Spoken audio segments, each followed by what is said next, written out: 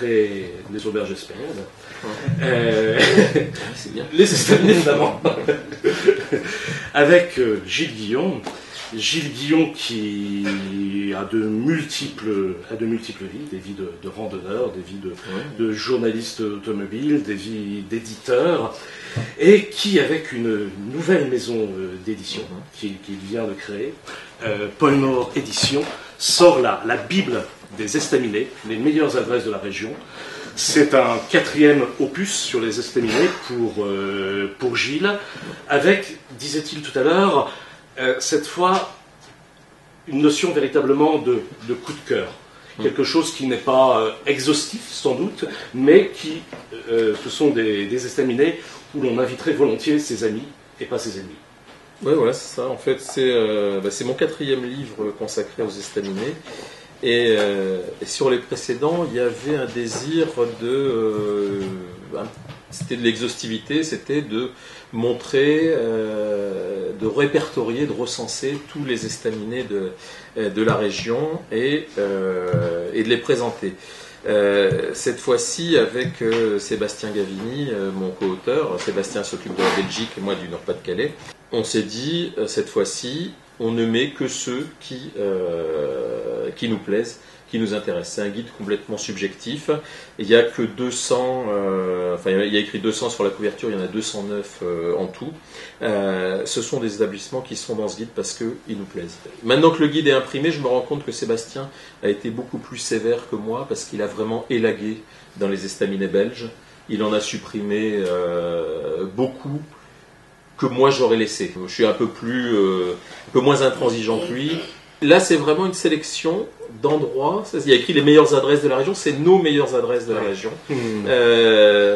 C'est des endroits qui nous plaisent, qu'on a envie de conseiller ou on a envie d'envoyer nos amis. Voilà. Qu'est-ce qui fait la spécificité d'un estaminet? Comment est-on estaminet? C'est d'abord un décor, une ambiance, une convivialité, des prix aussi. Ça ne doit pas être cher. Sont apparus dans la région depuis une dizaine d'années ce qu'on appelle des estaminets haut de gamme. Moi je dis que quand ça devient haut de gamme, c'est plus estaminet. L'estaminet, c'est un endroit où on boit de la bière, mais il ne faut pas être trop intransigeant. Ça peut être aussi un endroit où on boit du coca. Mais bon, quand on voit qu'il y a 6 champagnes différents à la carte, on se dit bon, est-ce qu'on est vraiment encore dans un estaminet? Quand on voit des plats à 25-30 euros, on se dit on s'éloigne en fait de l'esprit. Il faut que ça reste accessible, il faut que ça reste abordable. Et puis, il faut pouvoir déjeuner ou dîner pour 10-15 euros. La zone géographique, c'est Nord-Pas-de-Calais, Picardie, Belgique. Alors, il y a quelques adresses en Picardie. Depuis 15 ans, en fait, les estaminets se sont étalés. Au début, c'était essentiellement, quand on parlait d'estaminets, c'était essentiellement dans les monts de Flandre. Aujourd'hui, on en trouve plus sur la région lilloise que dans les monts de Flandre. Ça a beaucoup évolué. Une commune comme Boskep, qui était renommée et réputée pour ses estaminets, aujourd'hui, il n'y en a plus qu'un. Le voir ça Non, c'est le Virpote. C'est le Virpote, oui. Voilà, le Virpote. Oui. Les ont existent toujours, mais ont changé. Il y en a un qui est devenu un restaurant gastronomique. Il y en a un autre, les gens sont partis, ont pris leur retraite, ça a fermé. Il y en a 2 ou 3 qui sont devenus des restaurants tout à fait classiques. Et par contre, sur l'île, vous avez ce que moi j'appelle les estaminets. Alors, dans les Flandres, il y a ce qu'on appelle les estaminets de week-end, c'est-à-dire qui sont essentiellement ouverts le week-end, qui sont des endroits qui ne font pas uniquement restaurant, et qui font...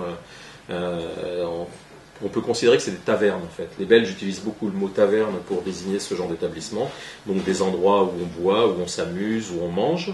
C'est très festif, c'est très convivial.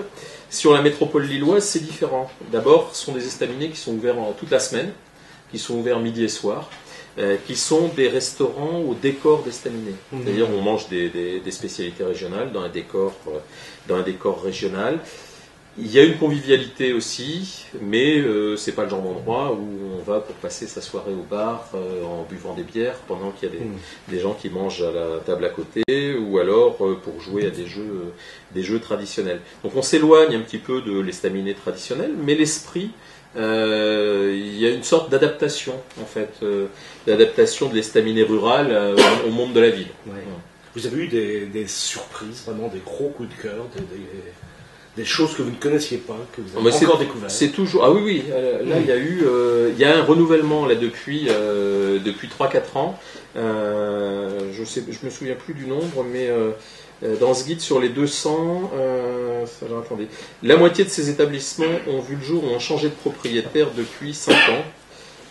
Donc il y a vraiment un renouvellement complet des estaminets, notamment dans la région. Et puis surtout, il y a l'arrivée d'une nouvelle génération de patrons d'estaminets, qui est une bonne surprise. Quand je dis bonne surprise, je peux peut-être expliquer l'évolution. C'est qu'il y a 10 ans, les estaminets, ou il y a 15 ans, les estaminets sont retrouvés à la mode. D'un seul coup, tout le monde ne parlait plus que de ça. C'était bondé tous les week-ends. Et puis, il y a des restaurateurs qui ont flairé la bonne affaire, qui se sont dit, bah tiens, je vais racheter un estaminet, ça cartonne, je vais faire plein de fric. Et donc, il y a une dizaine d'années, il y a plein d'établissements qui ont changé de main, et surtout qui ont changé d'état d'esprit, qui ont changé de budget, et qui se sont cassés la figure. Là, depuis 4-5 ans, il y en a plein qui sont réapparus, qui sont parfois des créations ex nihilo. Il y a une nouvelle génération de gens qui sont des passionnés, c'est-à-dire d'anciens clients qui sont arrivés à la cinquantaine, à un tournant de leur vie, et qui ne sont pas partis sur le chemin de Saint-Jacques-de-Compostelle, mais parfois ça ressemble. C'est-à-dire des gens qui ont il y a eu un plan social dans leur entreprise, ils ont été, leur poste a été supprimé, on leur a donné des indemnités, et puis on leur a dit, débrouillez-vous avec, et puis ils se sont dit, plutôt que de rechercher du boulot, tiens, le week-end j'aime bien aller me balader dans les Flandres ou dans le Pével, dans les estaminets, donc pourquoi pas ouvrir le mien? Parce que ces gens-là voyaient des choses qui leur plaisaient plus, et ils avaient la nostalgie des estaminets anciens, et donc ils ont recréé certains endroits, et ils leur ont donné leur passion, ils transmettent leur passion à travers leur propre établissement. Donc il y a une sorte de... C'est pas un retour aux sources, parce que c'est recréé. Alors oui, tu disais effectivement qu'il y avait des gens de 40 ans qui décidaient de changer de vie, de tourner la page pour s'installer. Faire le chemin de Compostelle, c'est aussi une remise en cause. Gilles Guillon n'arrête pas de se remettre en question, effectivement. La collection Polar en or est une réussite.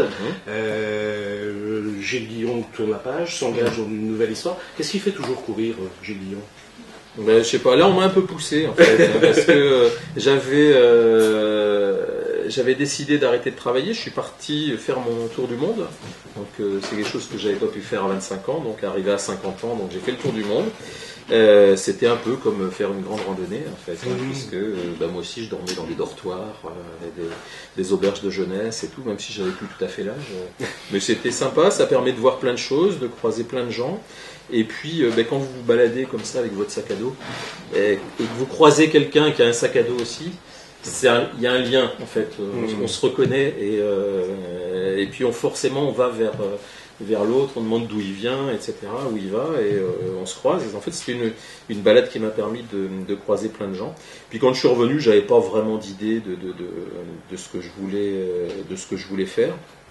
Et puis il y a des gens qui m'ont dit pourquoi tu crées pas ta maison d'édition, et ils ont insisté, et donc j'ai fini par craquer et dire bon allez, ok, on y va. Et puis voilà, puis là j'en ai repris pour 10 ans. Et la maison donc s'appelle Pôle Nord. Pôle Nord Édition, ça fait partie d'un ensemble en fait. Il y a une autre maison d'édition qui n'est pas une création mais une reprise, qui s'appelle Krakowen, qui fait des romans policiers français et étrangers, national. Et donc Pôle Nord, là c'est une maison d'édition régionale, donc qui fait des guides, qui va faire de la bande dessinée, etc., des romans historiques. Et puis surtout, la base de tout ça, c'est une société de diffusion-distribution qui comble un vide qu'il y a dans la région en fait pour commercialiser les livres des éditeurs, non seulement nordistes, mais des éditeurs d'un petit peu partout en France en fait. Donc on a des équipes qui tournent dans les librairies, qui proposent des livres de plein d'éditeurs différents. Voilà.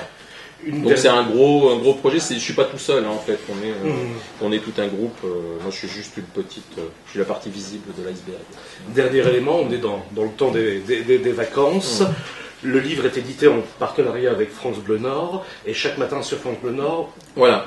Pendant l'été, en fait, pendant les 2 mois de juillet et août, tous les matins, on présente un estaminet avec Pépé Lemat dans son émission. En fait, il y a une chronique où chaque jour, je présente un estaminet extrait de ce livre, en essayant de faire découvrir de nouvelles adresses, de pas tourner tout le temps, de pas parler tout le temps des classiques que tout le monde connaît, parce que je me suis rendu compte d'une chose aussi, c'est que